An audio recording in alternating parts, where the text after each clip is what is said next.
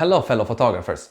Are you looking for a powerful light for taking your commercial photography to the next level? Then keep on watching because this is my Godox AD600Pro review.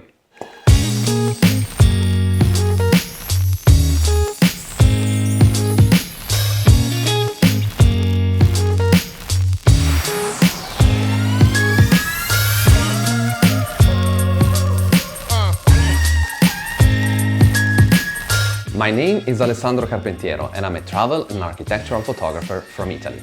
And today I'm here to share with you my thoughts about this beast right here. I've been shooting architectural photography for some years and I've always relied on speedlights. They're small, versatile and they get the job done.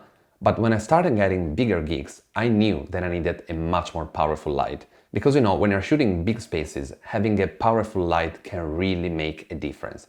And that's when I got the Godox AD600Pro. Let's start with its dimensions and weight. The overall weight of the product, including the flash tube, the reflector and the cap, is of 3.5 kilograms. And well, the dimensions are pretty big, but these are completely normal specs for a 600 watts wireless light. The build quality is very good and the product feels solid, which is definitely something that you would expect from a professional light. So the Godox AD600Pro has a few different parts. We have the main body, which besides all the buttons and parts, which I'm gonna cover later, features a very convenient handle, which makes it easier to carry the light around or to use it when light painting. There is also a lever of generous dimensions to quickly change the light angle. Then we have the battery, more of that later, the flash tube, which is actually where all the light is coming from, and the reflector, which really helps spreading the light all around.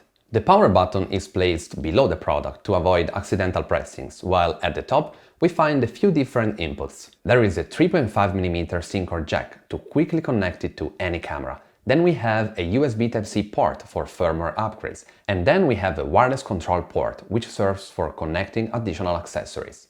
The Godox AD600Pro really can make a lot of things. So before jumping to all of that, let me tell you two very important things. The first thing is that the recycle time is of 0.9 seconds at maximum power, which is definitely awesome, especially if you're shooting portraits. The second thing is that the color temperature is of 5600 Kelvin with a variation of 200 Kelvin.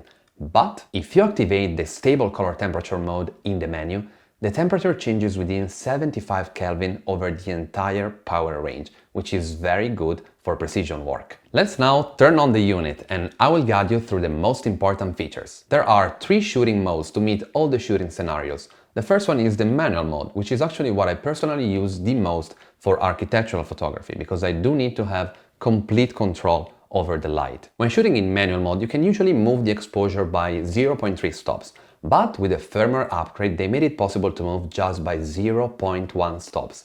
So in this case, you can really fine-tune the exposure perfectly. Then we have the multi-mode, which serves for stroboscopic photography. Have you ever seen a lot of pictures of the same fast-moving subject? Well, that's stroboscopic photography and it's achieved by having a pretty long shutter speed and with a lot of flashes per second. So this flash has this mode and you can set up to 100 flashes per second. Last but not least, we have TTL mode, which allows the flash to communicate directly with the camera and set the correct amount of light.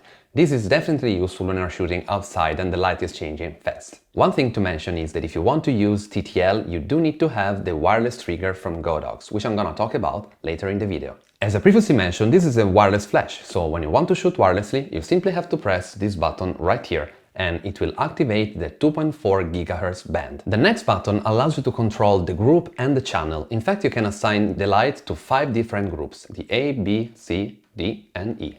And in case there are some interferences with nearby devices, you can simply change the channel from 1 to 32. While with the menu button, we can enter in all the different settings of the unit. One thing worth to mention is that from this menu button, you can also set the unit to slave. So if you want to use an external flash to actually trigger this unit, you can easily do it. This flash also has high-speed sync, which as you know is much needed when you're shooting with very fast prime lenses, and it can sync up to 1/8000th of a second.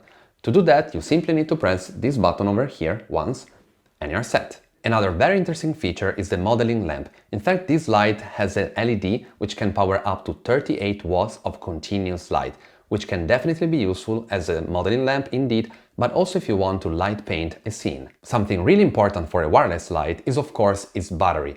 In this case, we have a 2600 mAh battery, which allows you to shoot up to 360 flashes at full power, which should be plenty enough for a full day of shooting. In case you need an even longer battery life, you can simply charge the battery while shooting, or you can get the additional AC adapter, which will give you continuous power. Depending on the kind of photography that you do, accessories can be really important.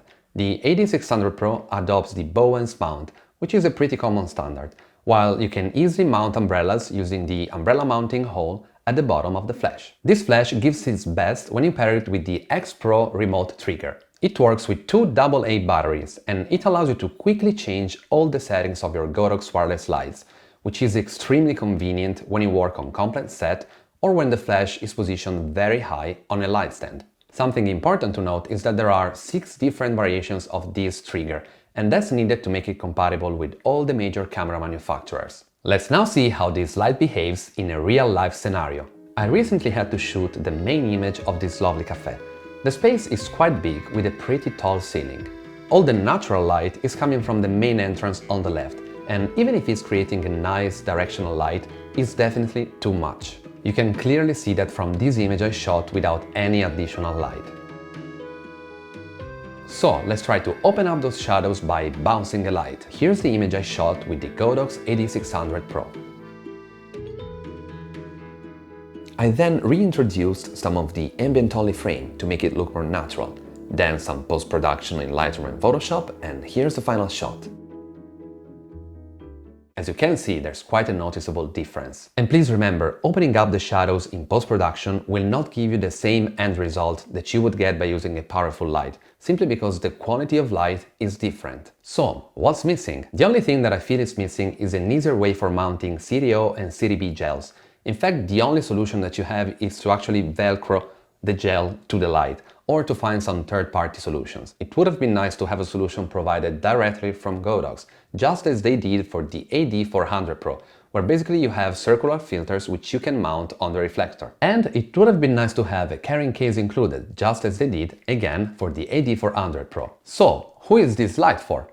As always, the answer depends on your needs. If you normally shoot in tight spaces, then you might consider sticking to speedlights.